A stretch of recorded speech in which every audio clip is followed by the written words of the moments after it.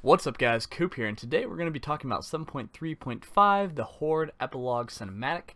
I will also do a separate video for the Alliance. I figure that this is kind of interesting because it gets us ready for Battle for Azeroth, especially going forward because Battle for Azeroth is going to be the next big expansion.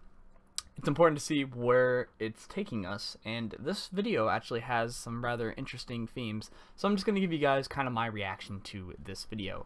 So, let us actually dive in.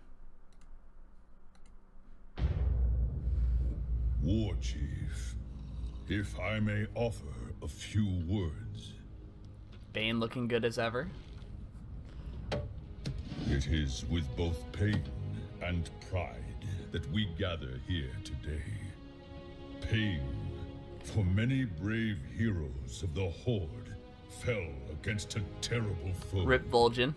And pride, for against all odds. Oh, his model looks so good. We have vanquished the Legion. We bled. Now we heal. We mourned. Is that Rune Totem? We celebrate for the Horde. The Horde. Of course, Galley looks up to something. I like his new model though. War Chief, a moment of your time. Sylvanas having the usual reaction. No doubt Gallywix wants to push his latest money-grubbing scheme. Rats scurry about their business. And get eaten if they're not careful. Interesting.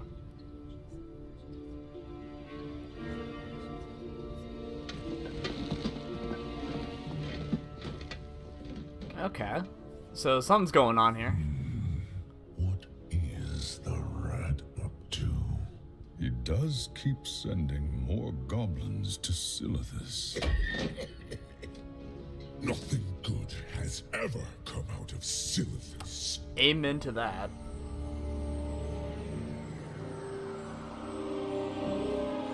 Oh, it's gonna be Azeroth, isn't it? This will change. It is. Everything. Yeah. I told you. And the Alliance knows nothing of this. Don't worry, War Chief. I got people on it. Damn. Oh shit.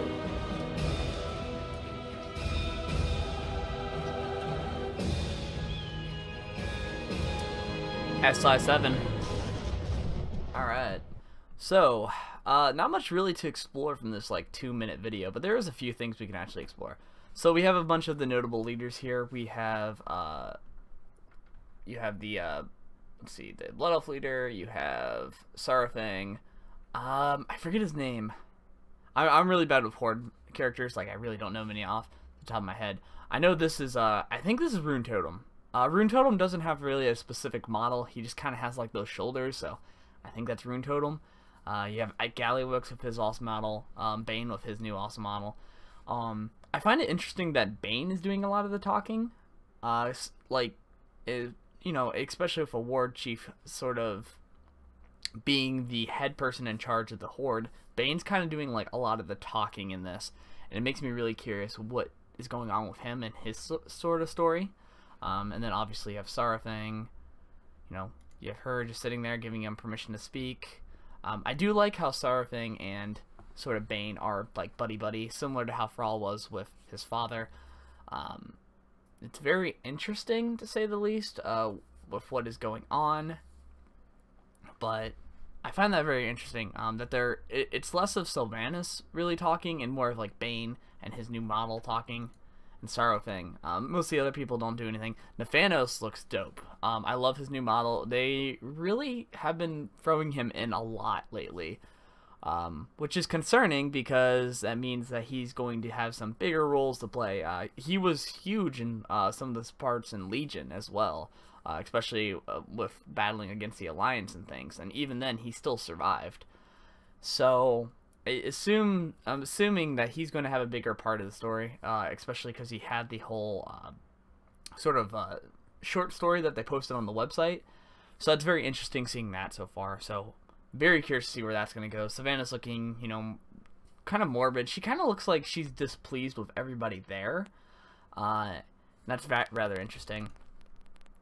And one of the things that I find very interesting is just how they're all just kind of sitting there. It's all, you know, eating, feasting, you know, having a giant feast. That's cool. You got Lady Leordrin over here. So, you know, you've kind of got like, it seems like you've got kind of like 2 from each race kind of sitting there. So you've got the orcs that, I don't think there's any trolls at the table if I remember. Yeah, there's absolutely no trolls here. That's kind of interesting. And then obviously you have 2 undead, you know, 2 Tauren, 2 orcs, 1 goblin, 2 blood elves. Interesting. It's interesting to see at least that there's not much sort of troll representation going on. So I'm curious if when we go to Zandalar as Horde players, if we are going to pick up some trolls along the way to assume that troll leadership, or maybe something crazy retconning or sort of changing the game for Vol'jin to come back, because Vol'jin does have a story to play in the next expansion, which is weird because they show him as an urn, but it seems like he's going to have a little bit more of a role to play, so who knows what craziness will be going on with that. That is very curious indeed, but you know, you have representation for everything, and that's important. You know, they could have thrown in some random trolls. There's this one troll in the garrison that's been assuming the leadership a lot lately, so that's a thing that is very interesting. Now, another thing that we'll notice here is Gallywix, obviously, with his new model. He's scheming, he's doing something crazy. And I like how Bane and Sarthing both dislike him.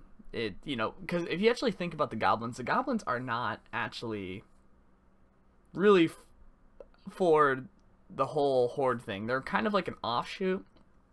And if anybody would fit more as an allied race, it would be them, because they're only allied kind of temporarily, just because they have all the brute strength of the Horde.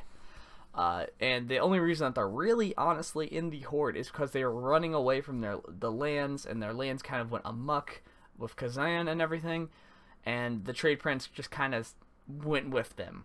And I find that very interesting, especially because they're not fully 100% for the Horde. They're kind of an offshoot, little like side faction to them. And I think that's interesting to see Sarthing and them kind of butt heads about that. Or not butt heads, but like agree that they don't like him. You know, he's whispering, and then he's showing them the Azeroth and how he is working, and the Alliance know nothing about it. So it's already showing that the Horde have a huge leg up with the whole sort of gems that are kind of throwing out of the area with the Azeroth. Azeroth is a specific sort of item that we're going to be collecting. We're going to be collecting a lot of it. It's basically the blood of Azeroth, so when Sargeras put his giant sword into the ground, it kind of stemmed a bunch of these sort of veins of Azeroth coming out. So it's supposed to be technically the blood of Azeroth, or blood of Azeroth, and it's very potent, very strong. If somebody holds this, they are 10 times almost powerful. And it's interesting seeing her grab it. She's, you know, gazing upon it. She's like, wow, this is going to change the game. Keep in mind, she's already lost heavily when she was trying to get the Valkyr to sort of bound to her will.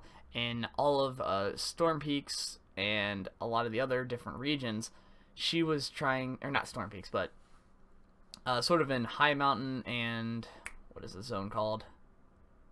It's on the tip of my tongue, I just can't remember it, but basically, it's important because that was sort of the main sort of potent thing that they needed to sort of get them to keep having the undead live. And that was supposed to be a questline that was supposed to be explored more, but it did not.